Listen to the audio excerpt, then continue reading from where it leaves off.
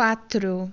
Em virtude da lei do progresso que dá a toda a alma a possibilidade de adquirir o bem que lhe falta, como de despojar-se do que tem de mal, conforme o esforço e vontade próprios, temos que o futuro é aberto a todas as criaturas. Deus não repudia nenhum de seus filhos, antes recebe-os em seu seio, à medida que atingem a perfeição, deixando a cada qual o mérito das suas obras. 5. Dependendo o sofrimento da imperfeição, como o gozo da perfeição, a alma traz consigo o próprio castigo ou prêmio, onde quer que se encontre, sem necessidade de lugar circunscrito.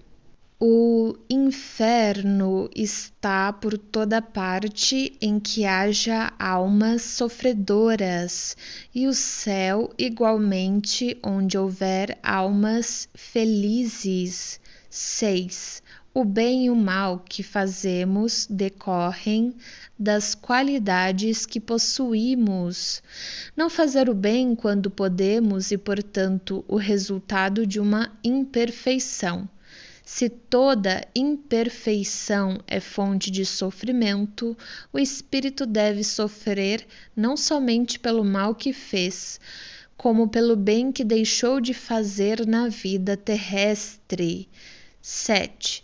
O espírito sofre pelo mal que fez, de maneira que, sendo a sua atenção constantemente dirigida para as consequências desse mal, melhor compreende os seus inconvenientes e trata de corrigir-se. 8. Sendo infinita a justiça de Deus, o bem e o mal são rigorosamente considerados, não havendo uma só ação, um só pensamento mau que não tenha consequências fatais.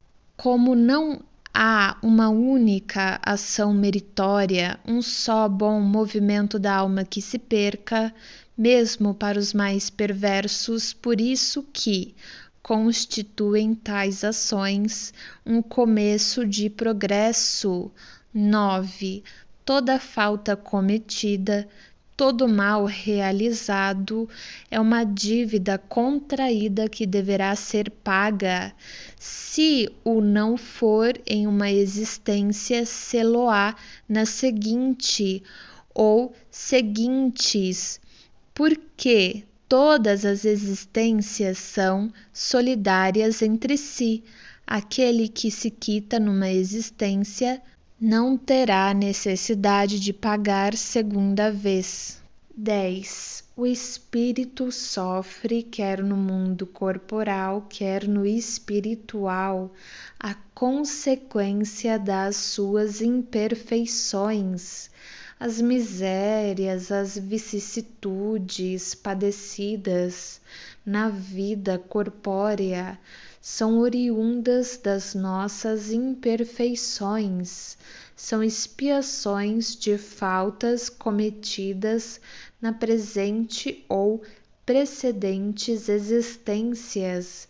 Pela natureza dos sofrimentos e vicissitudes da vida corpórea, pode julgar-se a natureza das faltas cometidas em anterior existência e das imperfeições que as originaram.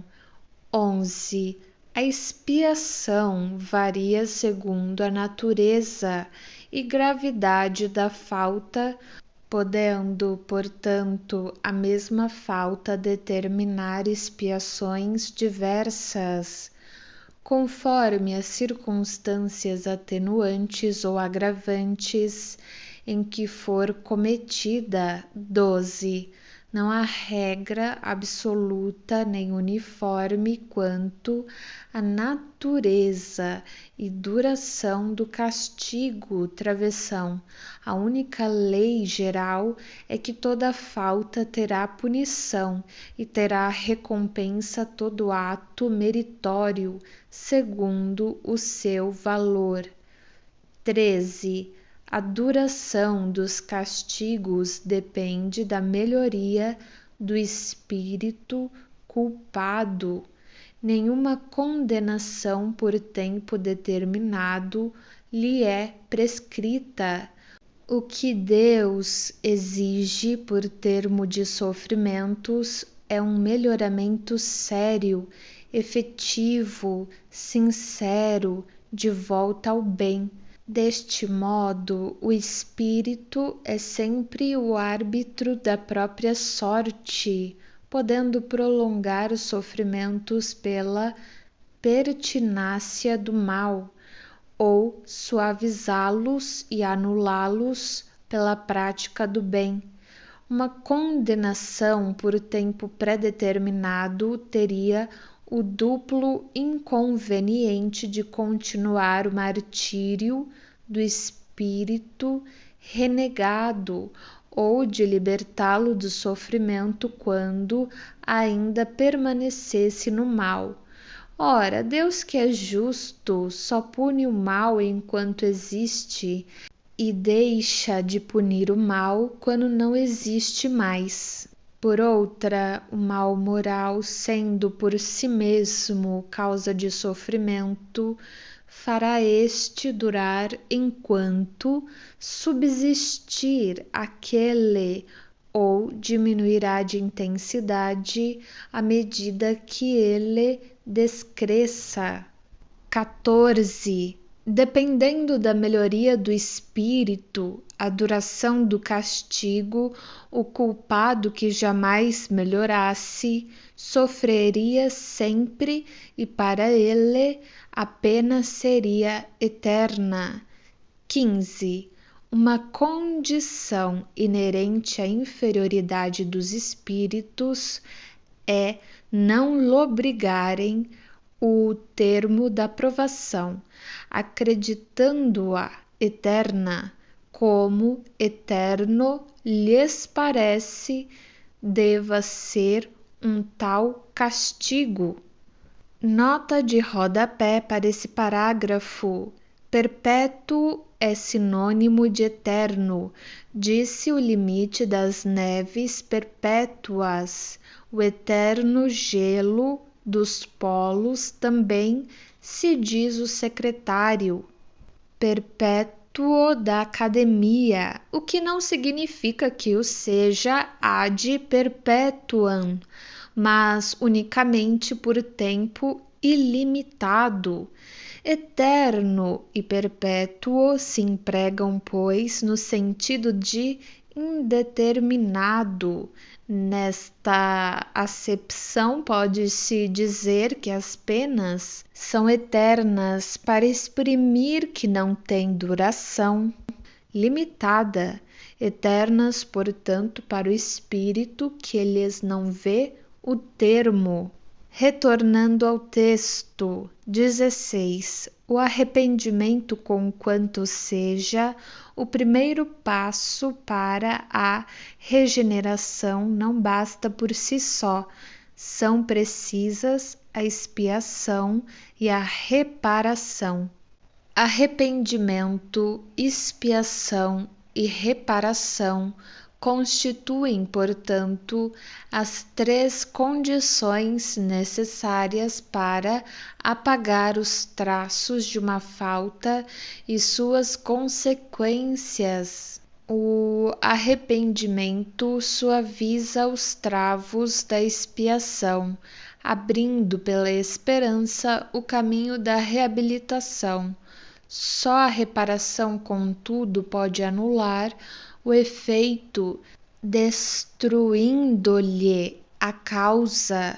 Do contrário, perdão seria uma graça, não uma anulação. 17. O arrependimento pode dar-se por toda parte e em qualquer tempo. Se for tarde, porém, o culpado sofre por mais tempo, até que os últimos vestígios da falta desapareçam. A expiação consiste nos sofrimentos físicos e morais que lhes são consequentes, seja na vida atual, seja na vida espiritual após a morte, ou ainda em uma nova existência corporal. A reparação consiste em fazer o bem àqueles a quem se havia feito o mal. Quem não repara os seus erros numa existência por fraqueza ou má vontade, achar-se-á numa existência ulterior em contato com as mesmas pessoas que de si tiveram queixas e em condições voluntariamente escolhidas, de modo a demonstrar-lhes reconhecimento e fazer-lhes tanto bem quanto mal lhes tenha feito.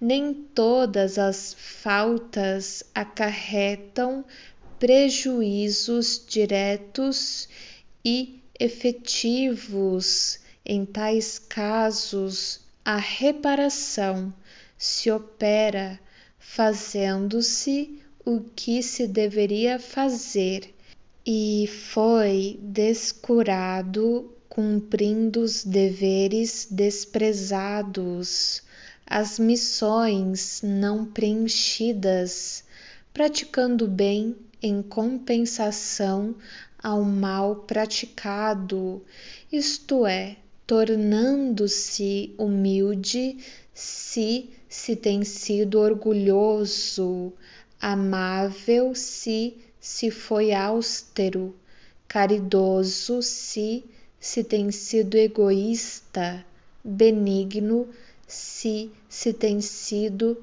perverso, laborioso se tem sido ocioso, útil se tem sido inútil, frugal se tem sido intemperante, trocando em suma por bons os maus exemplos perpetrados, e desse modo progride o espírito, aproveitando-se do próprio passado. Nota de rodapé: a necessidade da reparação é um princípio de rigorosa justiça que se pode considerar verdadeira lei de reabilitação moral dos espíritos. Entretanto, essa doutrina, religião alguma ainda a proclamou. Algumas pessoas repelem-na porque acham mais cômodo o poder quitarem-se das más ações por um simples arrependimento que não custa mais que palavras, por meio de algumas fórmulas.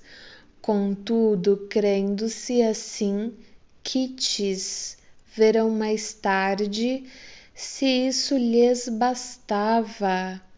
Nós poderíamos perguntar se esse princípio não é consagrado pela lei humana e se a justiça divina pode ser inferior à dos homens, e mais, se essas leis se dariam por desafrontadas desde que o indivíduo que as transgredisse por abuso de confiança se limitasse a dizer que as respeita infinitamente.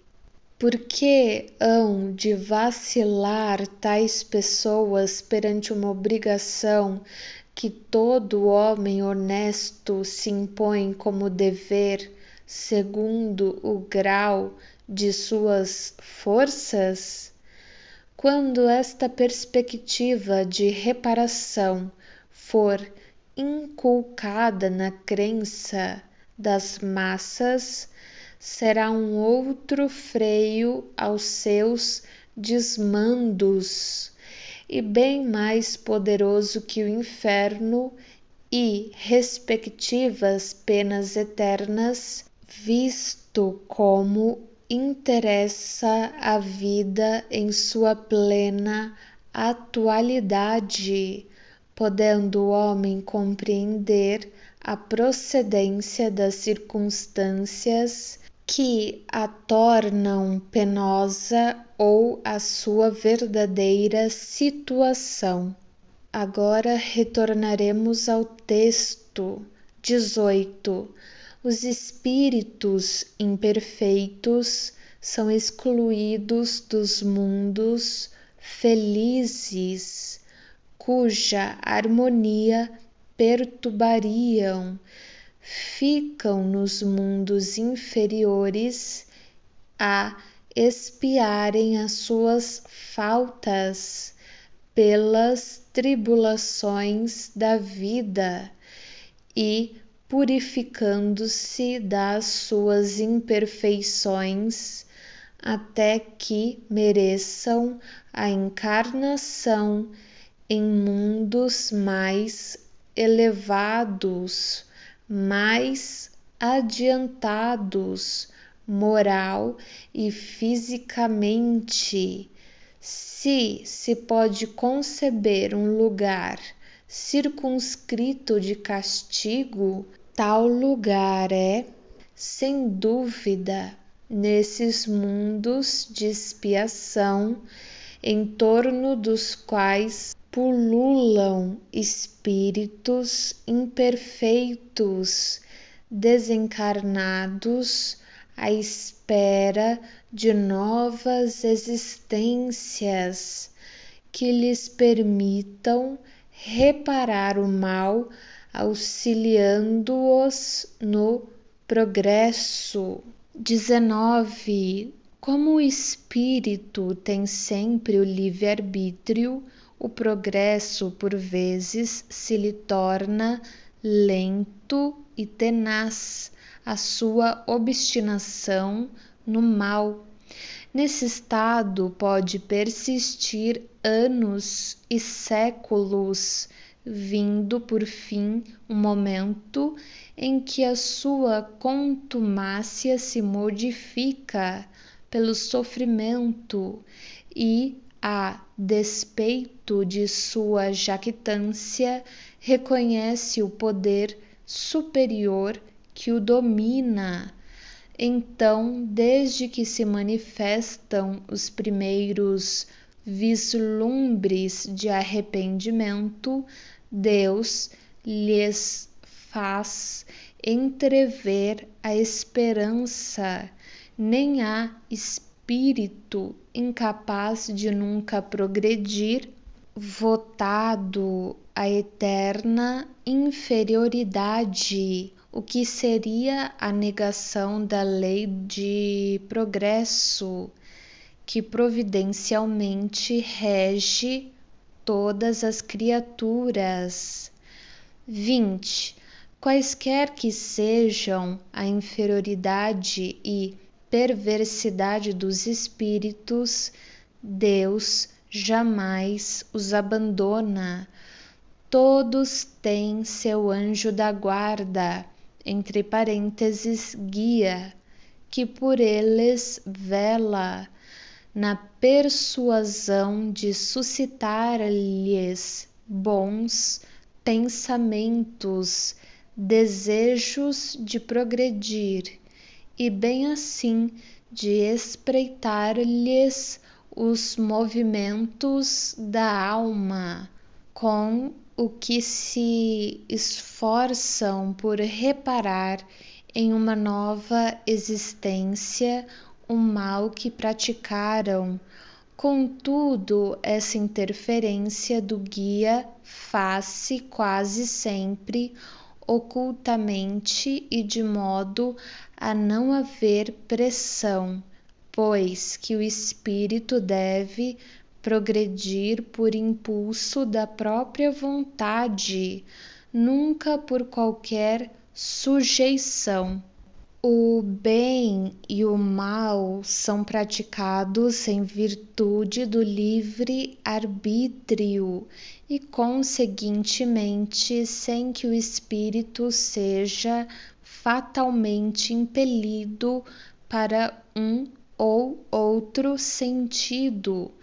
Persistindo no mal, sofrerá as consequências por tanto tempo quanto durar a persistência, do mesmo modo que, dando um passo para o bem, sente imediatamente benéficos efeitos. Observação: erro seria supor que, por efeito da lei do progresso, a certeza de atingir cedo ou tarde a perfeição e a felicidade pode estimular a perseverança no mal, sob a condição do ulterior arrependimento.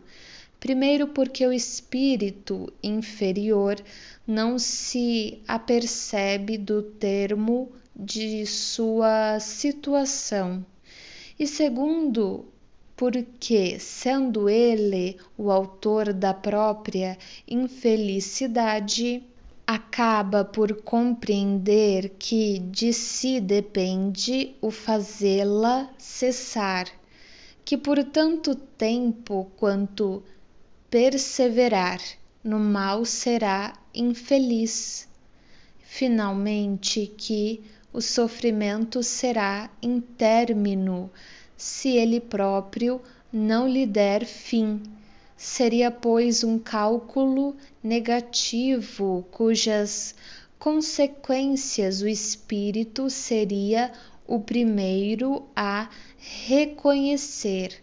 Com o dogma das penas irremissíveis é que se verifica precisamente tal hipótese, visto como é para sempre interdita qualquer ideia de esperança, não tendo, pois, o homem interesse em converter-se ao bem para ele sem proveito. Diante dessa lei, cai também a objeção extraída da presciência divina, pois Deus, criando uma alma, sabe efetivamente se, em virtude do seu livre arbítrio, ela tomará a boa ou a má estrada. Sabe que ela será punida se fizer o mal, mas sabe também que tal castigo temporário é um meio de fazê-la compreender o erro, cedo ou tarde, entrando no bom caminho pela doutrina das penas eternas. Conclui-se que Deus sabe que essa alma falirá e, portanto, que está previamente condenada a torturas infinitas. 21. A responsabilidade das faltas é toda pessoal.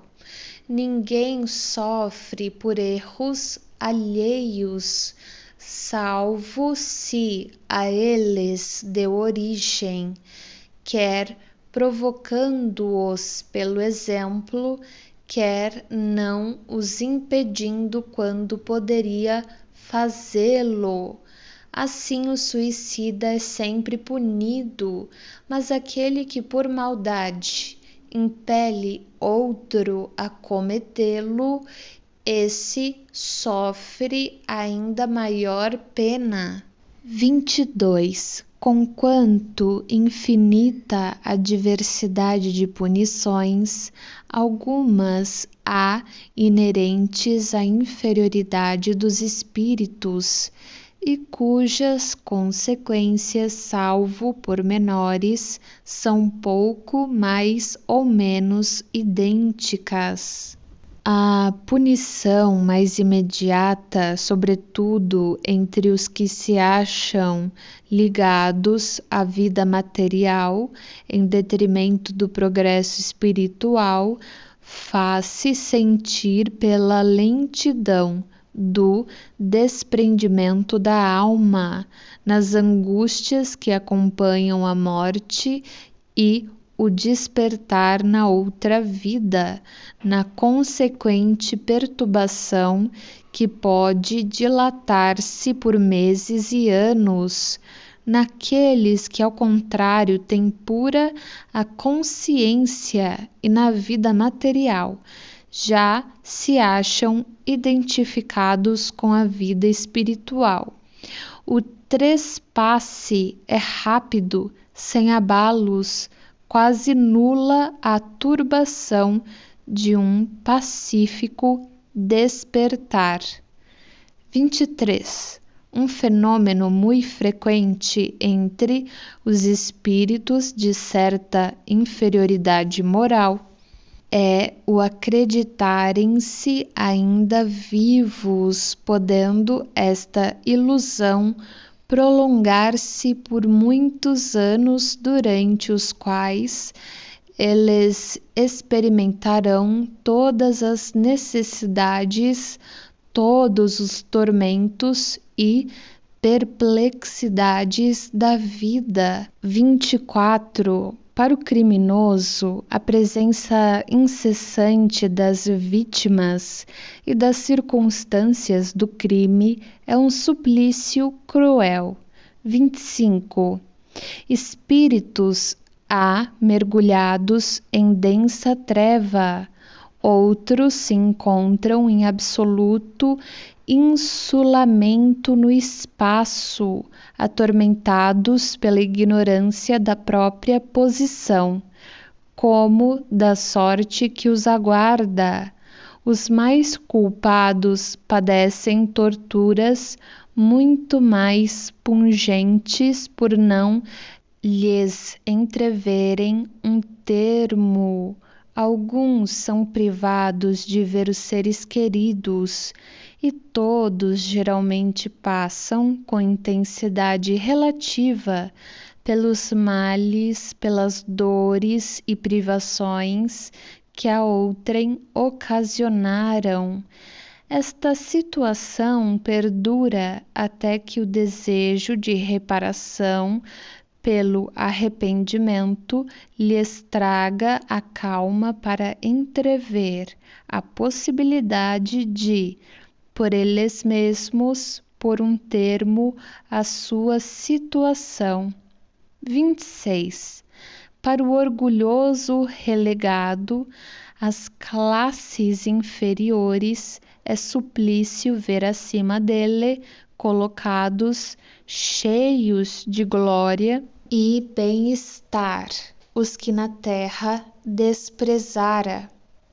O hipócrita vê desvendados, penetrados e lidos por todo o mundo os seus mais secretos pensamentos, sem que os possa ocultar ou dissimular. O sátiro, na impotência de os saciar, tem, na exaltação dos bestiais desejos, o mais atroz tormento. Vê o avaro o esbanjamento inevitável do seu tesouro, enquanto que o egoísta, desamparado de todos, sofre as consequências da sua atitude terrena. Nem a sede, nem a fome lhe serão mitigadas, nem amigas mãos se lhe estenderão as suas mãos súplices, e pois que em vida só de si cuidara, ninguém dele se compadecerá na morte. 27. O único meio de evitar ou atenuar as consequências futuras de uma falta está no repará-la, desfazendo-a no presente. Quanto mais nos demorarmos na reparação de uma falta, tanto mais penosa e rigorosas serão no futuro as suas consequências. 28. A situação do espírito no mundo espiritual não é outra senão a por si mesmo preparada na vida corpórea. Mais tarde, outra encarnação se lhe faculta para novas provas de expiação e reparação, com maior ou menor proveito, dependentes do seu livre-arbítrio, e, se ele não se corrige, terá sempre uma missão a recomeçar, sempre mais acerbada, de sorte que pode dizer-se que aquele que muito sofre na terra, muito tinha a expiar, e os que gozam uma felicidade aparente em que pesem aos seus vícios e inutilidades, pagá-la-ão mui caro em ulterior existência. Nesse sentido foi que Jesus disse, abre aspas, bem-aventurados os aflitos, porque serão consolados, fecha aspas. O Evangelho segundo o Espiritismo, capítulo 5, 29. Certo, a misericórdia de Deus é infinita, mas não é cega. O culpado que ela atinge não fica exonerado, e enquanto não houver satisfeito a justiça, sofre a consequência dos seus erros. Por infinita misericórdia devemos ter que Deus não é inexorável, deixando sempre viável o caminho da redenção. 30. Subordinadas ao arrependimento e reparação, dependentes da vontade humana, as penas por temporárias constituem concomitantemente castigos e remédios auxiliares à cura do mal. Os espíritos em prova não são, pois, quais galés por certo tempo condenados, mas como doentes de hospital sofrendo de moléstias resultantes da própria incúria, a compadecerem-se com meios curativos mais ou menos dolorosos que a moléstia reclama, esperando alta, tanto mais pronta quanto mais estritamente observadas as prescrições do solícito médico assistente. Se os doentes, pelo próprio descuido de si mesmos, prolongam a enfermidade, o médico nada tem que ver com isso. 31. As penas que o espírito experimenta na vida espiritual ajuntam-se às da vida corpórea, que são consequentes às imperfeições do homem, às suas paixões, ao mau uso das suas faculdades e à expiação de presentes e passadas faltas na vida corpórea que o espírito repara o mal de anteriores existências, pondo em prática resoluções tomadas na vida espiritual. Assim se explicam as misérias e vicissitudes mundanas que, à primeira vista, parecem não ter razão de ser. Justas são elas, no entanto, como espólio do passado, travessão, herança que serve à nossa romagem para a perfectibilidade. 32. Deus disse: não daria prova maior de amor às suas criaturas, criando-as infalíveis e, por conseguinte, isentas dos vícios inerentes à imperfeição? Para tanto fora preciso que ele criasse seres perfeitos, nada mais tendo a adquirir, quer em conhecimentos, quer em moralidade. Certo, porém, Deus poderia fazê-lo e, se o não fez, é que, em sua sabedoria, quis que o progresso constituísse lei geral. Os homens são imperfeitos e, como tais, sujeitos a vicissitudes mais ou menos penosas, e pois que o fato existe, devemos aceitá-lo. Inferir dele que Deus não é bom nem justo fora insensata a revolta contra a lei. Injustiça haveria sim na criação de seres privilegiados, mais ou menos favorecidos, fruindo gozos que outros, porventura, não atingem, senão pelo trabalho, ou que jamais pudessem atingir. Ao contrário, a justiça divina patenteia-se na igualdade absoluta que preside a criação dos espíritos. Todos têm o mesmo ponto de partida e nenhum se distingue em sua formação por melhor aquinhoado, nenhum cuja marcha progressiva se facilite por exceção.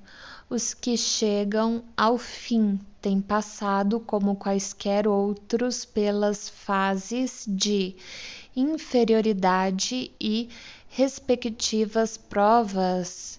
Isto posto, nada mais justo que a liberdade de ação a cada qual concedida. O caminho da felicidade a todos se abre amplo, como a todos as mesmas condições para atingi-la.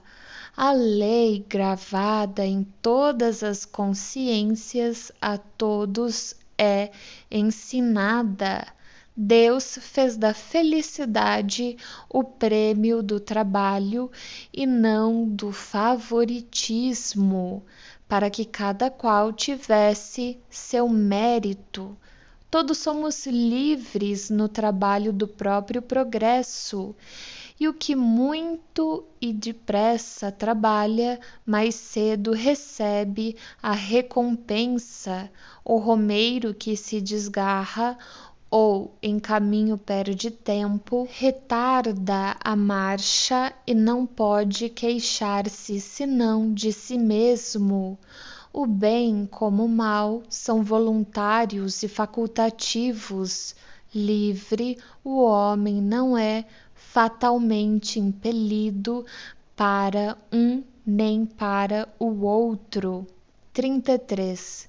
em que pese a diversidade de gêneros e graus de sofrimentos dos espíritos imperfeitos, o Código Penal da vida futura pode resumir-se nestes três princípios.